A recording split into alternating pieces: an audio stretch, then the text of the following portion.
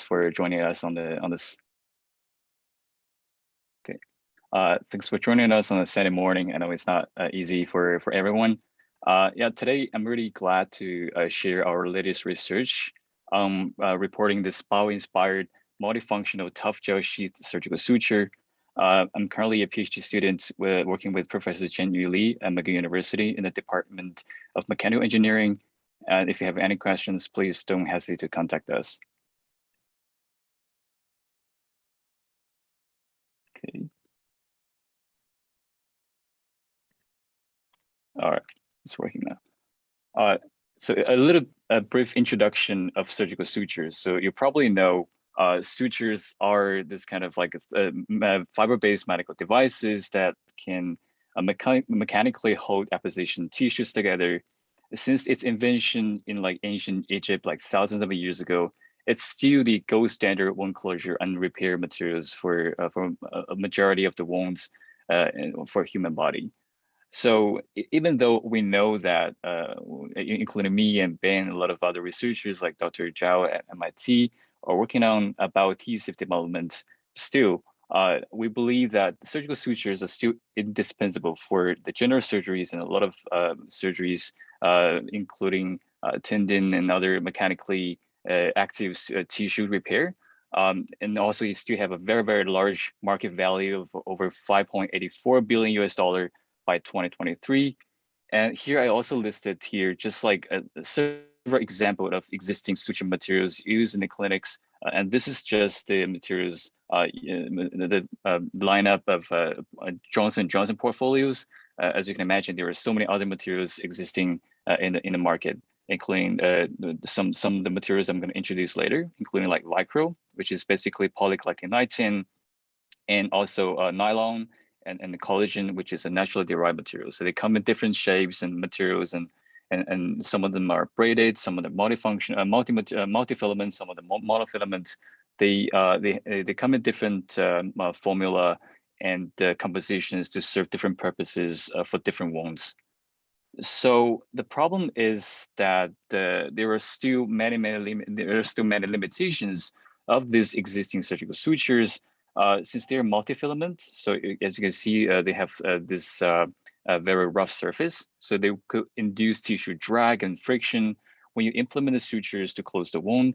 And also after the surgeries, especially for mechanically active tissues, they can still induce this constant friction and irritation, mechanical irritation over time, which is very detrimental to the wound healing process.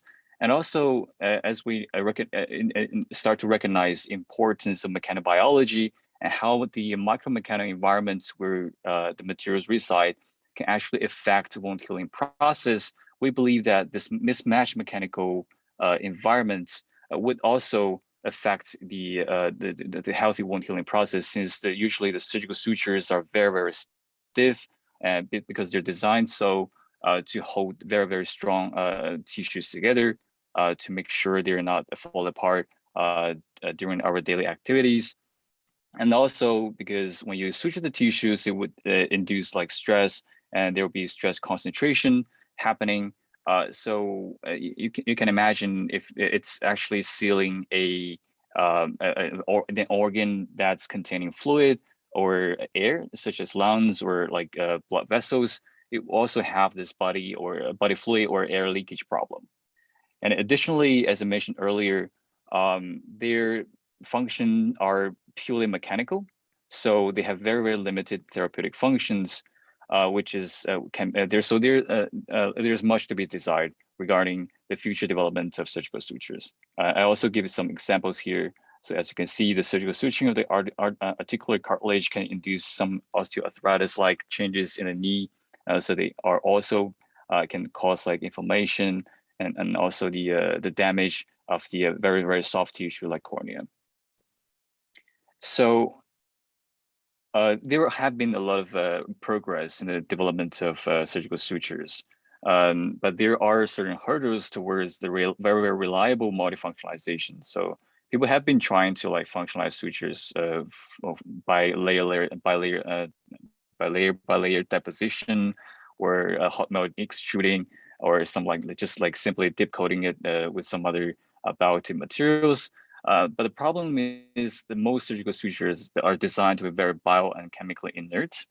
So they're not very easy to be functionalized. And for the limited work that's showing they can coat a gel matrix to the suture, they're usually very brittle, and it can only form very, very weak adhesion with the substrate material, which can be not really ideal, especially when you're dealing with this very mechanically challenging suturing and knotting process.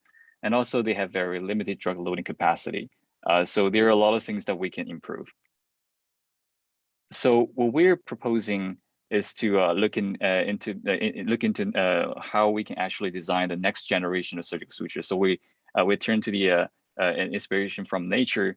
So we're actually looking at human tendon. So human tendon is a very, very fantastic organ, and you probably would hear more from Ben later. So as you can see here, this especially the tendon endotenon sheath, we think it's a very interesting core sheath structure.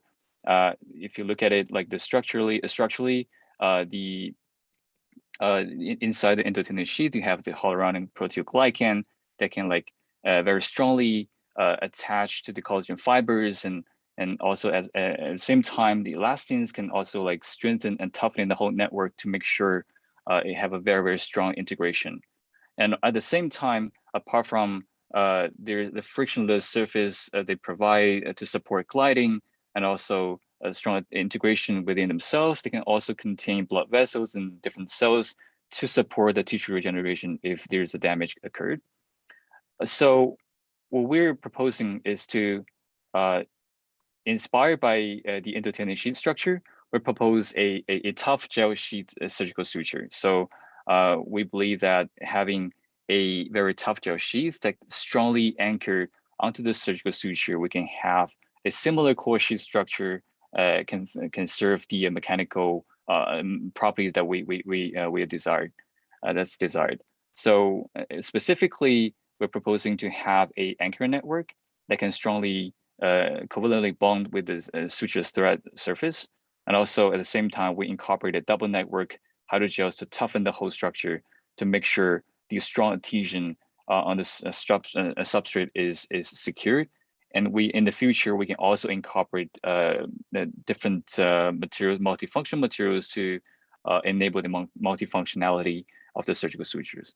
So here is just a SEM image showing the structure of the tough gel sheath suture. And this, as you can see, the interface is very this transitional interface between the gel and the suture so you can see the very, very strong interaction between these two. And this is how we actually apply the sutures to suture a porcelain skin wound. So first of all, we want to make sure there is definitely a very, very strong interface between the suture and our tough gel. As you can see here, actual design is customized pull-out test. So we actually have an acrylic sheet as well to secure it's in place. So we basically pull the suture thread from the tough hydrogel matrix, the tough gel sheet matrix. As you can see here, even though the suture is completely pulled out from the initial space, the matrix where we secure it between the clamps, there are still tough gel sheath strongly adhere to the suture thread that's very resisting fracture. So we think it's very, very exciting, and we also try different materials. Evidently, for both double network hydrogel like polychromide alginate and polychromide chitosan, we have very, very strong adhesion energy of over 2,000 joule per meter square. But when we're using single network hydrogels such as polychromide or alginate, the adhesion energy is very, very small. So we almost have a 2 order of magnitude increase, which is amazing. And to guarantee that we have a very, very strong interface to allow us to suture it and without any problem. So, and also, as mentioned before, we want to make sure it's compatible with a lot of existing suture materials. So here we show that it works not just for polyglutamine, and also it works for plain gut, which is the collagen suture used in clinics, and also nylon sutures.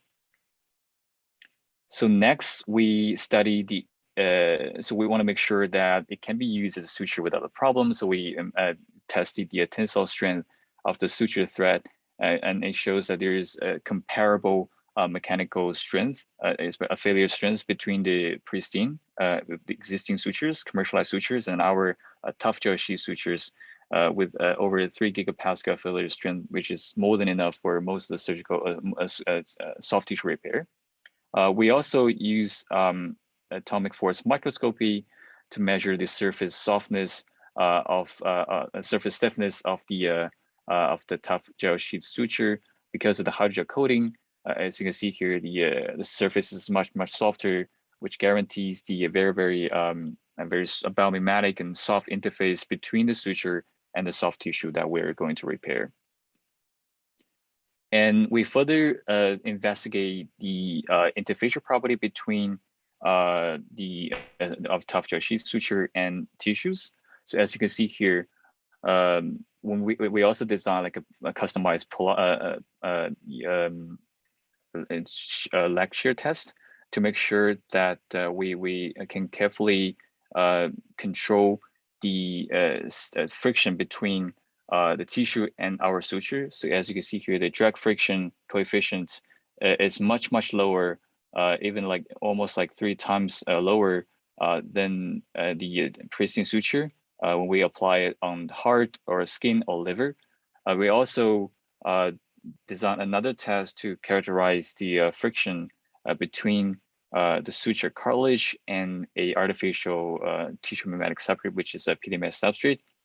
You can see here the friction coefficient is also drastically decreased, and also it's almost comparable to natural cartilage, which is very beneficial. As I mentioned earlier, the problem with the suturing in the knee space is that it's possibility of induce some osteoarthritis changes in the knee.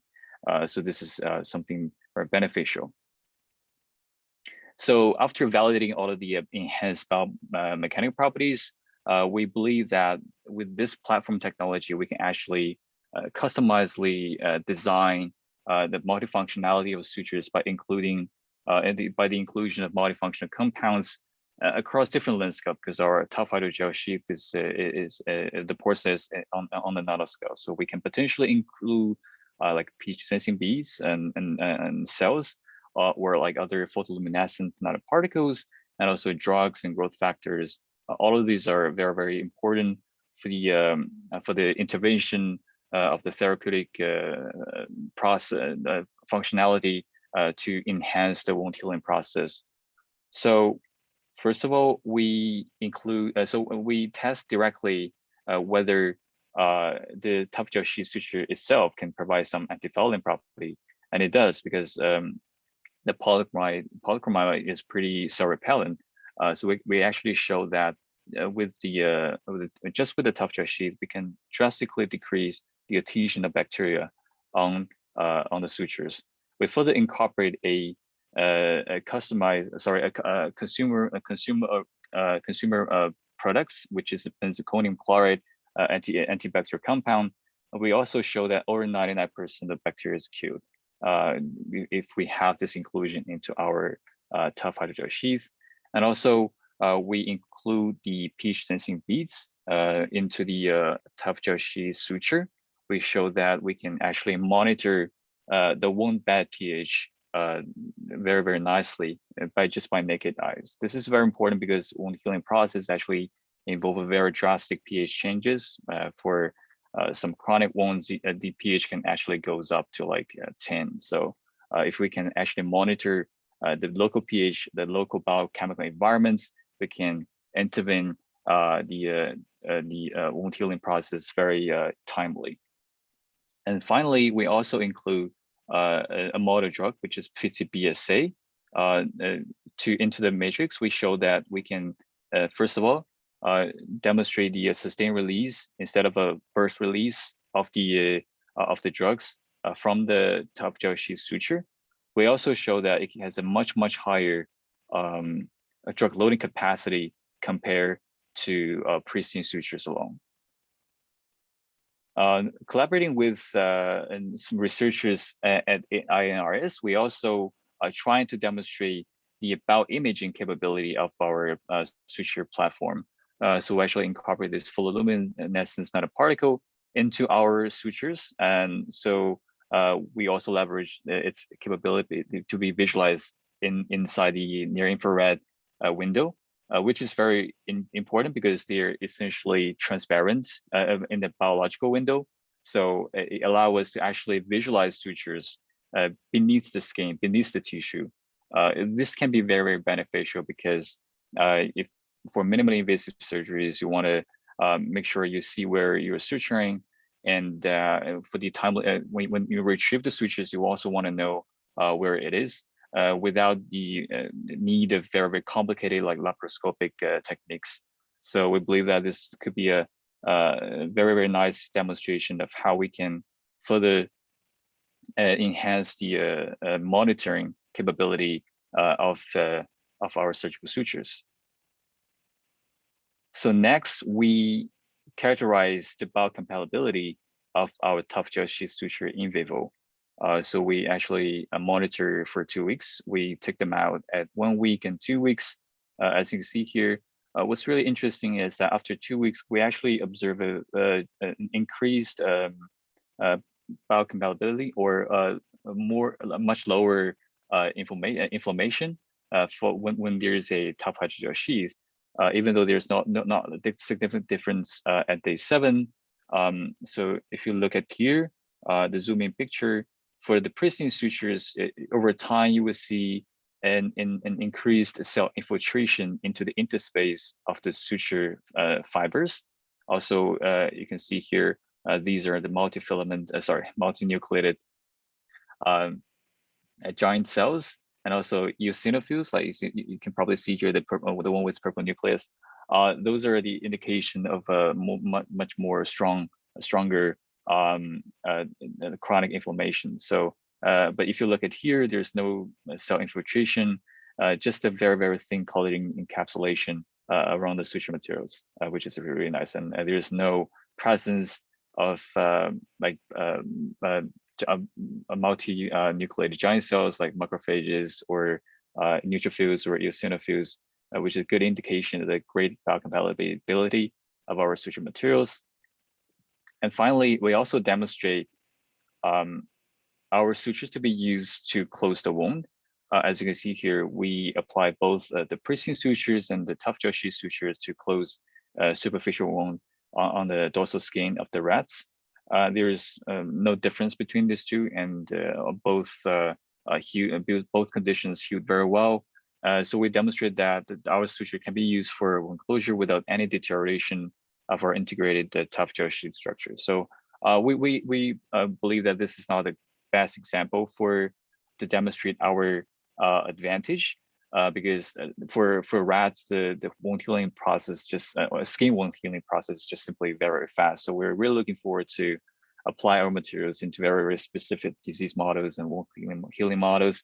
Hopefully, we can further demonstrate the future of our tough gel sheath suture for some real more clinically relevant applications. All right. So with that, I would like to thank all of my, especially my PhD advisor, Professor Jianyu Li, and all of my friends and colleagues in our lab and our departments. I also like to thank Amin Valier, who's in the chemical engineering, who helped the antibacterial study, Dr. Chiman Gao, from dentistry, who's helping me with all of the animal studies, and our collaborator, Dr. Ma, from IRS EMT with the fluorescent NIR fluorescent imaging, and also Dr. Zuhua Gao from the University of British Columbia, who helped analyze all of our pathologically relevant studies. And thank you so much for your listening. I'm happy to take any questions.